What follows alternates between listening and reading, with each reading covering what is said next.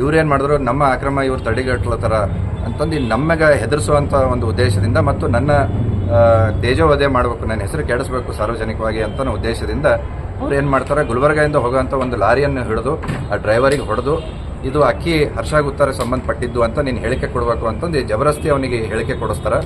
ಅದಕ್ಕೆ ಅವ ಡ್ರೈವರು ಹೇಳಿಕೆ ಕೊಟ್ಟ ಬಳಿಕ ನಮ್ಗೆ ಗೊತ್ತಾಯಿತು. ನಾವು ಮೈಸೂರು ಪಾದಯಾತ್ರೆದಾಗಿದ್ವಿ. ನಾವು ಆ ಓನರಿಗೆ ಸಂಪರ್ಕ ಮಾಡಿದಾಗ ಅವ್ರು ಹೇಳಿದ್ರು, ಇಲ್ರಿ ನಮಗೆ ಹೊಡೆದು ಈ ರೀತಿ ಹೇಳಿಕೆ ತೊಗೊಂಡಾರ, ಆದ್ರೆ ನಾವು ಕಂಪ್ಲೇಂಟ್ ಕೊಡ್ಲಿಗತ್ತೀವಿ, ಈ ರೀತಿ ನಮ್ಮ ಮೇಲೆ ಹೊಡೆದು ಈ ರೀತಿ ಹೇಳಿಕೆ ತೊಗೊಂಡಾರ ಅಂತಂದು ಅವ್ರು ನಮ್ಮ ಗಮನಕ್ಕೆ ತಂದರು. ಮತ್ತು ಅವರು ಕಂಪ್ಲೇಂಟ್ನೂ ಕೂಡ ಕೊಟ್ಟಾರೆ ಪೊಲೀಸರಿಗೆ. ಆದರೆ ಇಲ್ಲಿವರೆಗೂ ಪೊಲೀಸರು ಅವ್ರ ಮೇಲೆ ಕೇಸ್ ಮಾಡ್ಲಿಕ್ಕೆ ತಯಾರಿಲ್ಲ.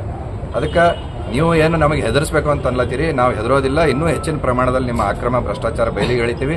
ಆಳಂದ ತಾಲೂಕದಲ್ಲಿ BR ಪಾಟೀಲ್ ಶಾಸಕರಾದ ಬಳಿಕ ಈ ಫಿರ್ದೋಸ್ ಅನ್ಸಾರಿ ಅವ್ರ ಬೆಂಬಲಿಗ, ಪಿಂಟು ಜಮಾದಾರ್ ಅವ್ರ ಬೆಂಬಲಿಗ, ಅವರು ಏನು ಅಕ್ರಮ ಭ್ರಷ್ಟಾಚಾರ ನಡೆದದ ಇದಕ್ಕೆ ಎಲ್ಲ ಸಹಕಾರ BR ಪಾಟೀಲ್ ಅವ್ರದ್ದು, RK ಪಾಟೀಲ್ ಅವ್ರದ್ದು ಅದ. ಅದಕ್ಕೆ ಆಳಂದ ತಾಲೂಕದಲ್ಲಿ ಶಾಸನ ನಡೀತಾ ಇಲ್ಲ, ಒಂದು ಶೋಷಣೆ ಮತ್ತು ಸುಲಿಗೆ ನಡೀಲಿಕ್ಕತ್ತದ. ಅದಕ್ಕೆ ನಾವು ಇದು ಖಂಡಿಸ್ತೀವಿ ಮತ್ತು ಅವ್ರ ಮೇಲೆ FIR ಆಗಬೇಕು.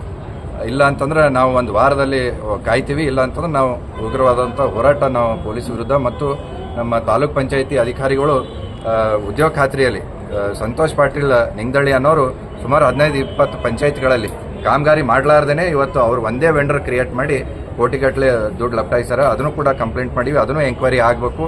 ಇವೆಲ್ಲ ಬೇಡಿಕೆಗಳು ನಮ್ಮ ಇದು ತನಿಖೆ ಆಗಲಿಲ್ಲ ಅಂತ ನಾವು ಹೋರಾಟ ಮಾಡ್ತೀವಿ. ಮೊದಲು ಅಕ್ರಮವಾಗಿ ನಡೀತಿತ್ತು, ಈಗ ಸಕ್ರಮವಾಗಿ ನಡೆದ BR ಪಾಟೀಲ್ ಶಾಸಕರಾದ ಬಳಿಕ ಅವ್ರ ಬೆಂಬಲದಿಂದ ಅವ್ರು ಲೀಗಲಿನೇ ಹಫ್ತಾ ವಸೂಲಿ ಮಾಡೋದಂತ ಕೆಲಸ ಇವತ್ತು ಆಳಂದಾಗ ನಡೆದ. ಸರ್, ಈಗ ರೋಸ್ ಟ್ರೇಡರ್ಸ್ ಮೇಲೆ ತಾವು ಅಂದ್ರೆ ಈಗ ಅವ್ರದ್ದೊಂದು ಮಾಲ್ನ ವಿಡಿಯೋ ಅಂತ 2ನೇ ತಾರೀಕು ಮಾಡಿದ್ವಿ ರೇಡು. ಅವ್ರು 4ನೇ ತಾರೀಕು ಲಾರಿ ಹಿಡಿದು ನಮ್ಮ ಮ್ಯಾಗ ಸುಳ್ಳು ಆರೋಪ ಮಾಡಿದ್ರು. ನಾವು ಏನು ನಿರೀಕ್ಷೆ ಮಾಡ್ತೀವಿ ಅದೇ ಸಾರ್ವಜನಿಕರು ಅಂತಂದ್ರೆ, ಒಂದು ಏನರ ಅಕ್ರಮ ಚಟುವಟಿಕೆ ನಡೆದ ಅದು ಪೊಲೀಸರಿಗೆ ಅಥವಾ ಅಧಿಕಾರಿಗಳಿಗೆ ಗಮನಕ್ಕೆ ತಂದ್ರೆ ಅವ್ರು ಕೂಡಲೇ ಅದಕ್ಕೆ ತಡೆಗಟ್ಟಬೇಕು. ಆದರೆ ಇಲ್ಲಿ ಅವ್ರ ಗಮನಕ್ಕೆ ತಂದ್ರೂ ಬೆಳಗ್ಗೆ 4ರವರೆಗೂ ಅವ್ರಿಗೆ ಕೋಆಪ್ರೇಟಿವ್, ಇವರು ಲೇಟ್ ಆಗಾನ ಮನೆಗೆ ಹೋಗ್ತಾರೇನೋ, ನಾವು ಇದೆಲ್ಲ ಸಾಗಿಸ್ಬಿಡ್ಬೇಕು ಎಲ್ಲ ಅಕ್ರಮ ಅಕ್ಕಿ ಅಂತಂದು ಆ ರೀತಿ ಅವ್ರಿಗೆ ಒಂದು ಸಪೋರ್ಟ್ ಮಾಡುವಂಥದ್ದು ಅಧಿಕಾರಿಗಳು ಕೆಲಸ ನಡೆದದ. ಅದಕ್ಕೆ ಇದು ನಾವು ಖಂಡಿಸ್ತೀವಿ. ಅಂಥ ಅಧಿಕಾರಿಗಳು ಏನು ನಿರ್ಲಕ್ಷ್ಯ ಬೇಜವಾಬ್ದಾರಿ ಮಾಡ್ಲಿಕತ್ತಾರ, ಅಕ್ರಮ ತಡೆಗಟ್ಟುವಲ್ಲಿ ವಿಫಲ ಅಲ್ಲತ್ತಾರ, ಅವ್ರ ಮೇಲೂ ಕ್ರಮ ಆಗಬೇಕು ಅಂತ ನಾವು. ಯಾಕಂದರೆ ಇದು ಒಂದು ಜವಾಬ್ದಾರಿ ಸ್ಥಾನದಲ್ಲಿರೋಂಥ ಮುಖ್ಯಮಂತ್ರಿಗಳ ಮೇಲೆ ಸಾರ್ವಜನಿಕವಾಗಿ ತಮ್ಮ ಮಾಧ್ಯಮ ಮುಖಾಂತರ ಬಹಳ ದಿವಸಗಳಿಂದ ಚರ್ಚೆ ನಡೆದದ. ಇದದು ಏನು ಸತ್ಯಾಸತ್ಯತೆ ಕೂಡ ಹೊರಗೆ ಬರಬೇಕು. ಅವರು ಕರೆಕ್ಟ್ ಆಗಿದ್ರು ಅಂತಂದ್ರೆ ತನಿಖೆಯಲ್ಲಿ ಹೊರಗೆ ಬರ್ತದ, ತಪ್ಪಾಗಿತ್ತು ಅಂತಂದ್ರೆ ಆ ತನಿಖೆಯಲ್ಲಿ ಅವರು ತಪ್ಪಿತಸ್ಥರು ಅಂತಂದು ಗುರುತಿಸ್ತಾರೆ, ಅವಾಗ ಅವರು ಶಿಕ್ಷೆ ಅನುಭವಿಸ್ಬೇಕಾಗ್ತದೆ. ಸಿದ್ದರಾಮಯ್ಯ CM ಹರ ಅಂತಂದು ಮಾತ್ರಕ್ಕೆ ಅವ್ರ ಕಾನೂನು ಮೀರಿಲ್ಲ, ಎಲ್ಲರೂ ಕಾನೂನಿಗೆ ಒಳಪಟ್ಟವ್ರು.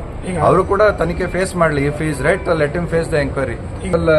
ರಿಯಾಕ್ಷನ್ ಆಫ್ ಪೊಲಿಟಿಕಲ್ ಒಂದು ಮೈಲೇಜ್ ತಗೋಬೇಕು, ಈ ರೀತಿ ದುರುಪಯೋಗ ಮಾಡ್ಕೊಂಡಿದ್ದಾರೆ ಅಂತಂದು ಇದು ನ್ಯಾಚುರಲ್. ಎನಿ ಅಪೋಸಿಷನ್ ಪಾರ್ಟಿದು ಅದೇ ಸ್ಟ್ಯಾಂಡ್ ಇರುತ್ತೆ. ಆದ್ರೆ ಇದು ಒಂದು ಎಂಕ್ವೈರಿ ಆದರೂ ಆಗಬೇಕಲ್ಲ. ನಮ್ಮದು ಒಂದು ವಾದ ಏನು ಅಂತಂದರೆ, ಬಿಫೋರ್ ಕಂಡಕ್ಟಿಂಗ್ ಎಂಕ್ವೈರಿ ನೀವು ಅವ್ರಿಗೆ ಕ್ಲೀನ್ ಚಿಟ್ ಹೆಂಗೆ ಕೊಡ್ತೀರಿ? ಎಂಕ್ವೈರಿ ಆದರೂ ಆಗಲಿ, ಕಾಂಗ್ರೆಸ್ ಕಾಮನ್ ಸೆನ್ಸ್ ಇರಬೇಕು ಕಾಂಗ್ರೆಸ್ ನಾಯಕರಿಗೆ. ಎಂಕ್ವೈರಿ ಆದ ಬಳಿಕ ನೀವು ಹೇಳ್ರಿ ನಿಮ್ದು ಏನು ಹೇಳೋದು.